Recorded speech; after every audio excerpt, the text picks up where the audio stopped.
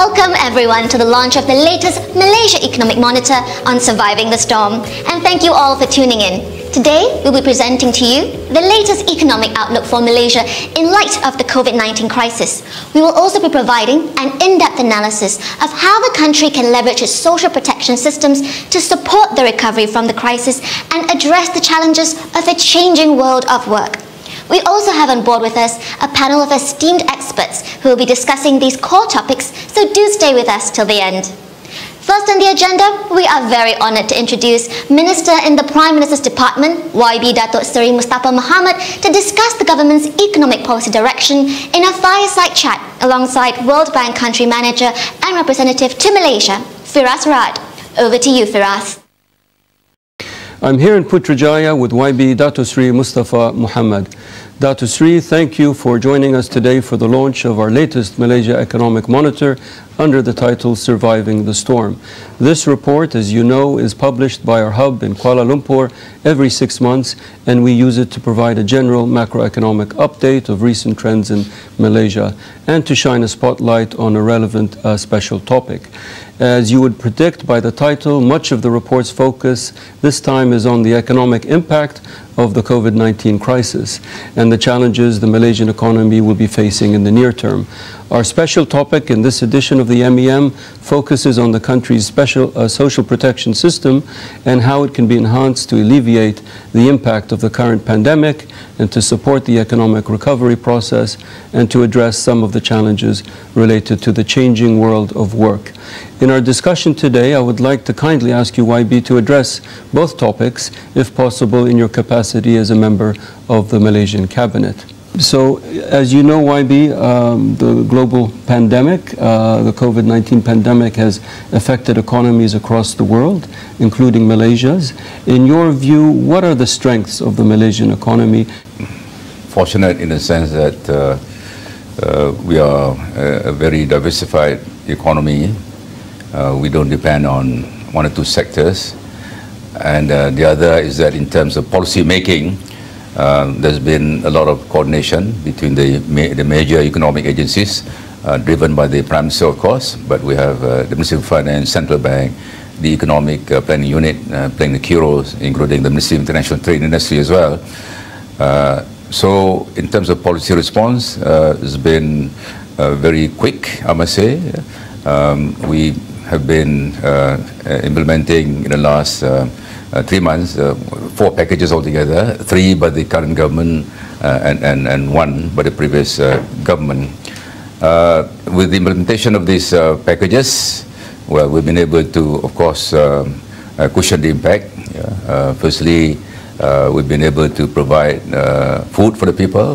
One major objective was to make sure that there's food on the table, that there's no Malaysian family which is not able to have access to food. Of course, next is lives. So those are the 2 main concerns. Health has been a very important priority, of course, since day one. We've been very effective in preventing the pandemic, but we're fortunate because the economy is diversified. We have quite a robust manufacturing sector. Services have always been strong.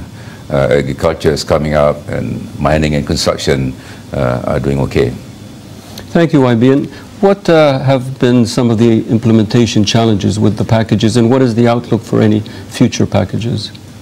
The 3 packages implemented by the current government are huge. All told, they amounted to 295 billion ringgit. As it is a big package, of course, we have to make sure that implementation is done effectively, and there's a good team at the Ministry of Finance under LANGSUNG, for example, which monitors this 24/7.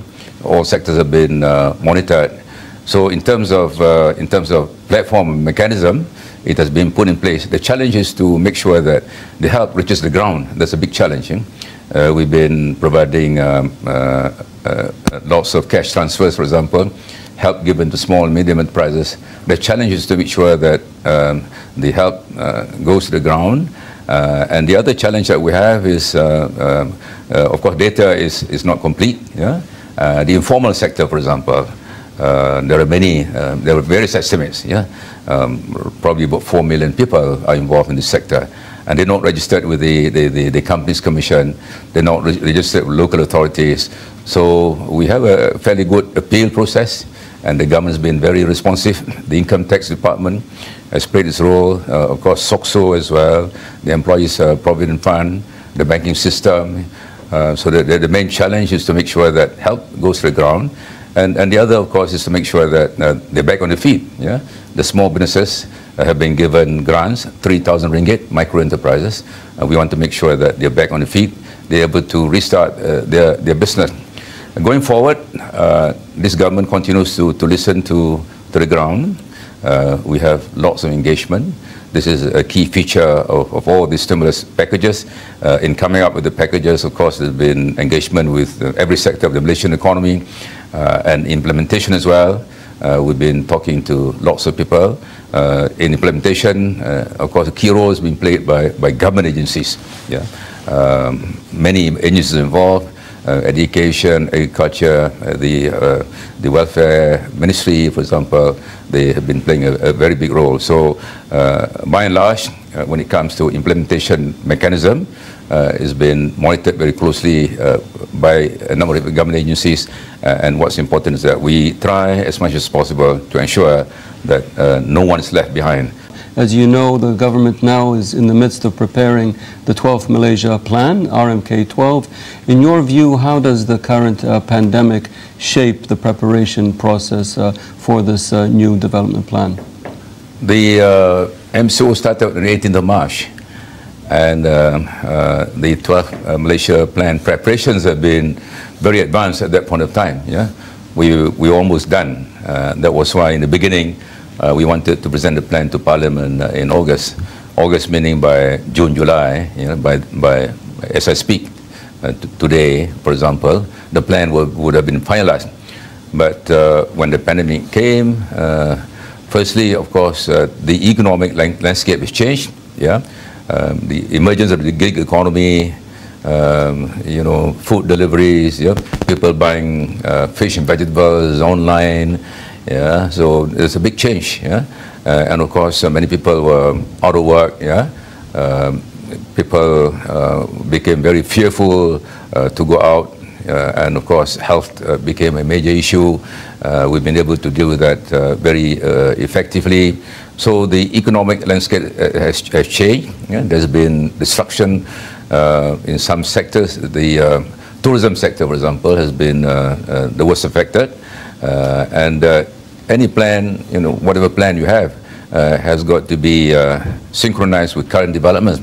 And it doesn't make sense to have a plan when it is out of sync with what's happening around you. So that's a major reason why we decided to postpone the plan, because a number of things are quite fluid. Yeah, things have become more and more unpredictable. Yeah, and it is for that reason that we decided to re-engage with ministries and some stakeholders.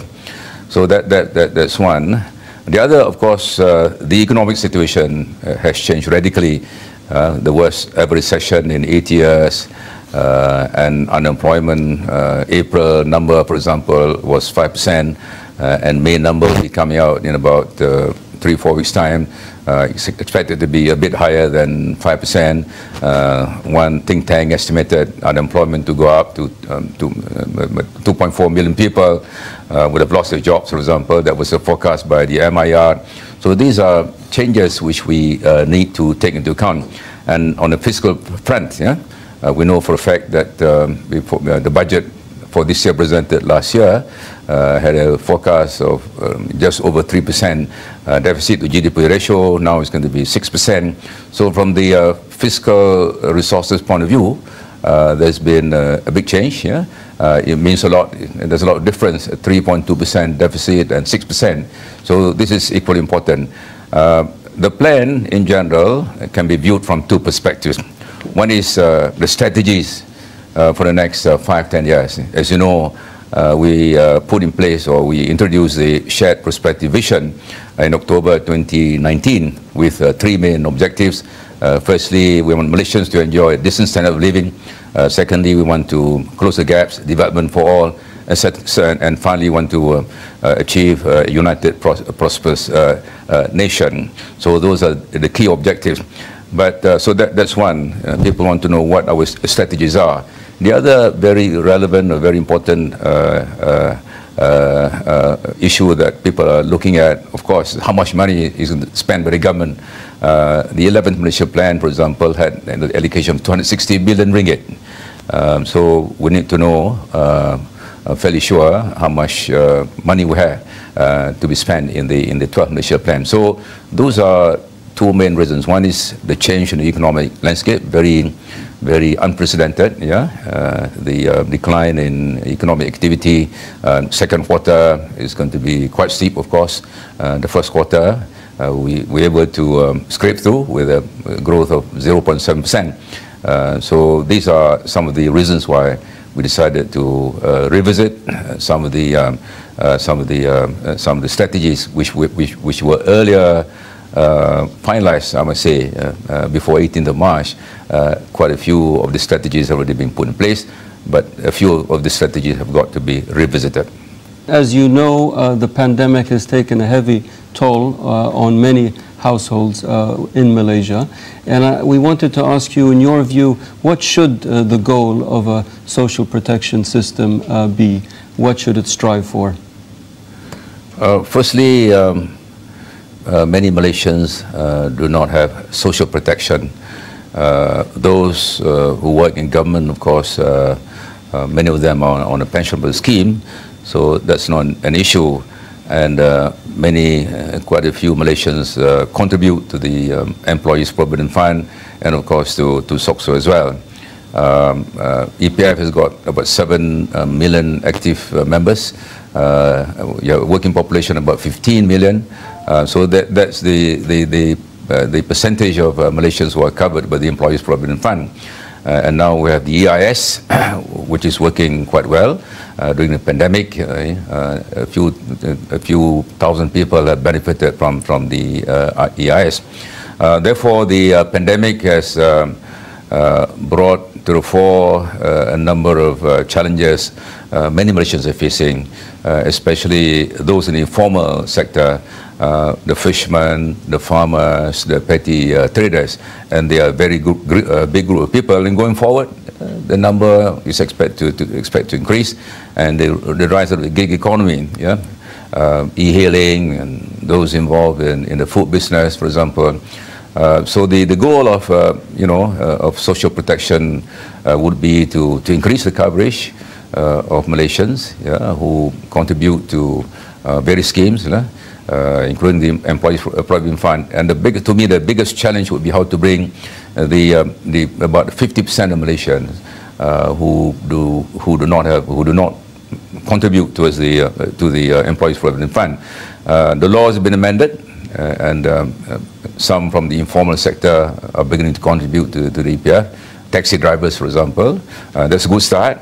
So we have a lot of challenges going forward.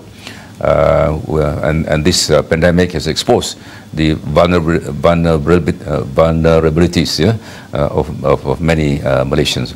And as you know, we got the MSPC, Malaysian Social Protection Council, which was established in 2016 and 2019.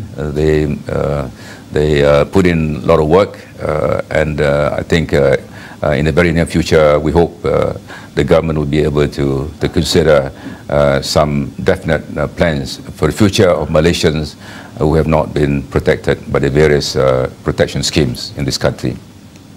YB, on that very topic, it's been noticed that there are multiple schemes, as you mentioned, in Malaysia. Is there room for better coordination between the different schemes, BSH and the ones under JKM, to promote greater efficiency? Coordination is a big issue in this country. We have, firstly, a number of agencies dealing with almost similar programs. And there's this issue of also this tendency to work in silos. Yeah, so we need to, of course, enhance coordination. We need to be more efficient. And if you look at cash transfers, for example, it's been implemented by the Social Welfare Department. We also have a number of agencies under the Rural Development Ministry doing cash transfers as well.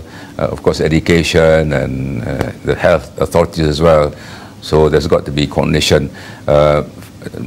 Also, the issue of database. Yeah, it's important to have a robust database. The database that we have at present on poverty and absolute poverty will be revised in the next few months, hopefully. The Stats Department have just completed the household income survey, and some interesting numbers have come out of this survey. So that's another challenge. Yeah? Different agencies might be using different databases. There's been in the past, probably now it's not happening. In the past, we know for a fact that some families have been getting help from 1 and 2 agencies, not one, but probably 2 or 3. It's not happening now, hopefully. But these are the kind of challenges we've been facing. So indeed, coordination is very important, and I'm sure that when the policy is considered by the government, this will be a very important aspect. The need to be effective, to be efficient, the delivery mechanism has got to be very efficient. How do you see collaboration between the Malaysian government and the World Bank Group hub here in Kuala Lumpur evolving, especially as Malaysia seeks to recover economically from the crisis, and it also seeks to cross that threshold into high income and developed nation status? Our relations have evolved over the years from the basic help you've given us in terms of lending to the agriculture sector, infrastructure. Of course, we have graduated from that, and now you have this knowledge hub, yeah, and you have contributed a lot to the thought process. Yeah? For example, your work on the knowledge economy and now social protection. So going forward, I think there are many opportunities for us to work together to test out some new ideas, and we want to innovate. Yeah? We want to be creative in our policy. We've been caught in this middle income trap for many years now. Yeah, we've not graduated. Yeah, those countries which were at the same level of development as Malaysia in the 70s, some of them have moved up. We are stuck in the upper middle income category. Yeah, and we're supposed to be a developed nation by by the end of this year, and of course we're not there yet. So these are some of the challenges we're facing. Yeah, we have some labor market issues. We need to attract quality investments. So in my view, I look forward as Minister in charge with you to work close with the World Bank on some of the new things that we need to do in order to make Malaysia great, in order to make sure that our people enjoy better standards of living. Thank you, YB Datuk Seri Mustapa Mohamed, for joining us today to discuss the government's perspective on recent economic developments and the country's social protection framework. Now I will turn it over to my colleague Richard Record, lead economist for the World Bank in Malaysia. Thank you, Firas. Today I'll be presenting the first part of the latest edition of the World Bank's Malaysia Economic Monitor. This edition is titled Surviving the Storm, reflecting the challenges that Malaysians face, particularly those at the lower end of the income distribution, in coping with the impact of the COVID-19 pandemic. Our report has 4 main messages. Malaysia's economy has been dramatically affected by COVID-19 and is expected to contract sharply in 2020. And while the government's response has helped to blunt the impact of the crisis, key gaps remain, and there's been a distinct narrowing of fiscal space. Our recommendation is that policies in the near term should focus on protecting the most vulnerable, and in the medium term on preparing the economy for a recovery in a new normal environment. The pandemic also provides a window of opportunity for Malaysia to undertake reforms that would help lay the foundations for a successful transition to high-income country status, including, as we highlight in this edition of the MEM, reforms to enhance the country's social protection system. The COVID-19 pandemic has triggered a synchronized collapse in global economic activity, and we haven't seen something like this in decades. In fact, some 90% of the world's economies are now expected to see a contraction in their economies in 2020. Malaysia's economic growth was already slowing down before the crisis, weighed down by weak investment and an uncertain domestic and external economic environment. Growth slowed to just 0.7% in the first quarter of 2020. Malaysia's restrictions on movement, while necessary to help flatten the curve of the pandemic, have had a dramatic impact on mobility, restricting both supply and demand in the economy.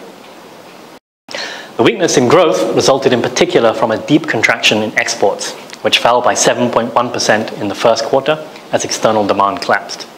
This is the largest fall in exports that Malaysia has experienced since the 2009 global financial crisis. However, there are some bright spots. For example, in the manufacturing of personal protection equipment, where Malaysia has comparative advantage and actually accounts for 2/3 of the world demand for sterile medical gloves. The pandemic and efforts to contain it have also triggered an unprecedented collapse in oil demand and a crash in energy prices. In turn, we've seen headline inflation in Malaysia turn negative, falling 2.9% in April, as transport costs account for a significant share of the inflation basket. And as we've seen across the world, the shock of COVID-19 has pushed many out of work, especially those in occupations where working from home is difficult. And Malaysia has not been spared, with the unemployment rate rising sharply to 5% in April, the highest monthly rate recorded in 30 years. Similarly, the pandemic has triggered financial market volatility across the world, with investors retreating from emerging markets. Malaysia has seen significant outflows and the ringgit has weakened, although this has been broadly in line with what we've seen in other countries in the region. And despite the uncertainty, the financial sector has remained resilient, helped in part by monetary and financial policy measures adopted by Bank Negara Malaysia in response to the crisis. Malaysia's government has responded with a range of economic measures, including the Prihatin package and the Perdana plan that have helped to blunt the impact of the crisis. The total amount of the measures, which come to about 19% of GDP, puts Malaysia's response on a similar scale to that seen in advanced economies. However, the direct fiscal injection is more modest at just about 2.4% of GDP, or 35 billion ringgit. And falling oil prices have placed additional downward pressure on federal government revenues just when additional spending is needed most.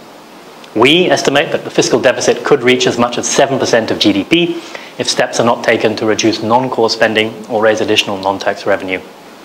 Also, the government's own fiscal rules, including the requirement that all operational spending, which includes things like transfers and subsidies, be funded only from revenues and not from borrowing, and that constrains a larger fiscal response to the crisis.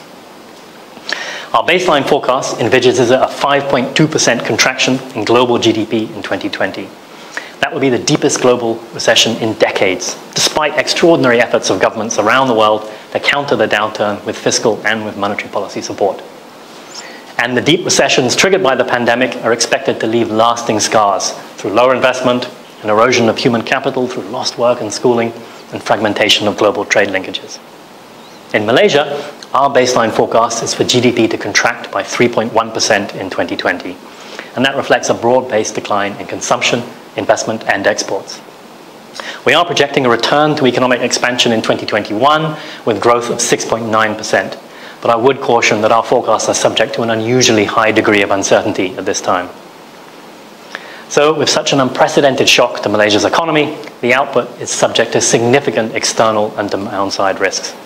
With advanced economies facing a severe contraction, demand for Malaysia's exports is expected to remain weak for some time. A second wave of infections in Malaysia could necessitate the reintroduction of movement restrictions. And the limited fiscal space means that unless statutory limits are adjusted, the government may struggle to provide further support to vulnerable households. Domestic political uncertainty could also weigh on the implementation of key economic policies and on private sector confidence. On the upside, containment of the spread of COVID-19 and the various government support measures could be more effective than anticipated, leading to higher pent-up demand, greater consumption, and subsequently a more robust recovery in economic activity. Nevertheless, Malaysia's economy remains resilient, and the foundations for a rapid recovery are sound. And as with any crisis, there are also opportunities for reforms to be undertaken. In the short term, our recommendation is for the government to take steps to contain the risks of a second wave and to create additional fiscal space through legislative amendments and to increase the amount of assistance provided to the B40. Beyond the crisis, it will be important to focus on restoring fiscal buffers to prepare for the next crisis. And this will mean putting in place a more progressive tax framework, identifying new sources of revenue, and reviewing the efficiency of spending programs. It would also be critical to prepare for the new normal operating environment by investing in upskilling, retraining of the workforce, accelerating the digital agenda, including bridging the digital divide, and reorientating Malaysia's investment policy framework towards one that focuses more on attracting quality investments. Perhaps most significantly, the experience of this crisis points to the need to put in place an enhanced social protection system that is better suited to the needs of Malaysians. With that, I've come to the end of my presentation, and I'd now like to pass over to my colleague Akin Schmillen, Senior Economist for Social Protection and Jobs with the World Bank, to discuss our special topic on surviving the storm. Thank you very much, Richard. The COVID-19 crisis has emphasized the importance of having a strong social protection system that provides minimum protection to all Malaysians in need. While necessary to curb the virus outbreak, the implementation of the MCO has weighed heavily on the sustainability of many businesses and led to higher unemployment. A survey conducted by the Department of Statistics showed that more than 80% of beneficiaries of the BPN cash transfer program indicated that they would need additional support. Structurally, Malaysia faces challenges related to the changing nature of work. Rapid technological transformation has been leading to some degree of job.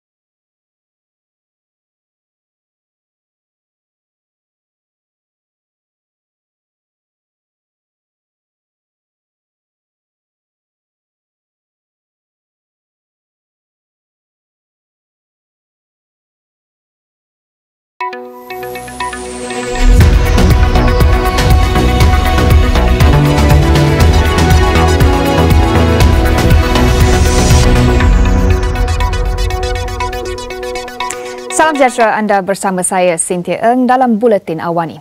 Lebih 200 individu yang dijangkiti COVID-19 berjaya dikesan melalui aplikasi MySejahtera sejak ia dilancarkan April lalu. Menurut Ketua Eksekutif Agensi Keselamatan Cyber Negara MKN, Mat Shah Nurimat Zain, jumlah itu berkurangan selepas virus itu